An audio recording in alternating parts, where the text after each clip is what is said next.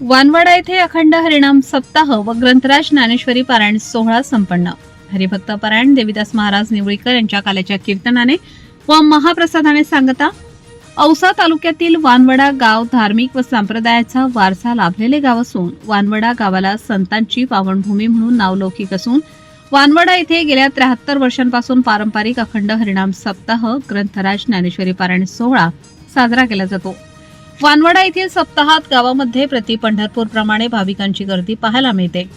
वानवडा गावचे ग्रामदैवत नृसिंह व विठ्ठल रुक्मिणी मंदिरात पारंपरिक पद्धतीने चालत असलेला अखंड हरिनाम सप्ताहात काकडा ग्रंथराज ज्ञानेश्वरी पारायण गाथा भजन हरिपाठ यासह नामांकित कीर्तनकारांच्या माध्यमातून दररोज कीर्तनाचे आयोजन करण्यात आले। आज गावात ग्रंथदिंडी काढण्यात आली। या ग्रंथदिंडीमध्ये गावातील महिलांनी डोक्यावर कलश घेऊन फुगडी खेळत हरिनामाचा जयघोष करत मोठ्या भक्तिभावाने ग्रंथदिंडी संपन्न झाली। त्यानंतर काल्याचे कीर्तन व रुचकर महाप्रसादाने सप्ताहाची सांगता करण्यात आली। यावेळी शरद माने, भास्कर भंताळे, महादेव मिरकले, दयानंद तळेकर, बालाजी मिरकले, भरत कदम, रूपसेन सोमवंशी, लिंबराज सोमवंशी, लहुवीर, वग्रसेन कदम, अंगद मिरकले, पंढरीनाथ काळे, सूर्यकांत सोमवंशी, हरिबा कोळी, सुखलाल सोमवंशी, उपसरपंच दीपक काळे, शहाजीराव पाटील, हंसराज काळे, ज्ञानेश्वर मिरकले, आकाश रंदवे, लक्ष्मण सोमवंशी, मंथन सोमवंशी, गणेश मिरकले, संतोष काळे, पद्माकर मिरकले, महेश काळे, नारायण सोमवंशी, नागनाथ काळे, शिवशंकर काळे, धनराज निकम, राजेंद्र खोडके, शिवाजी मिरकले यांच्यासह वानवडा गावातील भाविक व ग्रामस्थ मोठ्या संख्येने उपस्थित होते। जय हरी। मी वानवडा येथील माजी सरपंच शहाजी पाटील।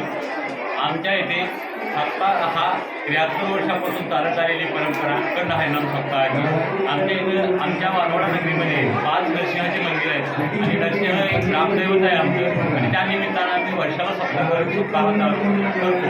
हे 73वे वर्ष असून आमच्या इथे सप्त्यासाठी सुरुवातीला काकडा पारायण हरिपाठ हरिजागर कीर्तन हे कार्यक्रम घेतले जातात आणि त्या माध्यमातून समाजाची परिवर्तन घडवण्याची परंपरा आमची 73 वर्षापासून चालू आहे।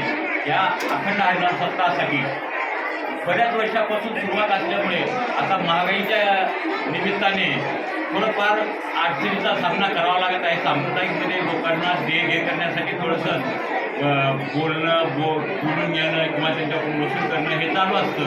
त्याच्यामुळं शासनानं जर याच्याकडे थोडंसं लक्ष दिलं आणि थोडीफार निधी जर मिळवून दिला शासनानं तर त्याचे अनेक आम्हाला फायदे होऊ शकतात आणि त्या माध्यमातून आम्ही संप्रदाय वाढवण्याचा प्रयत्न करू हीच आमची सदिच्छा।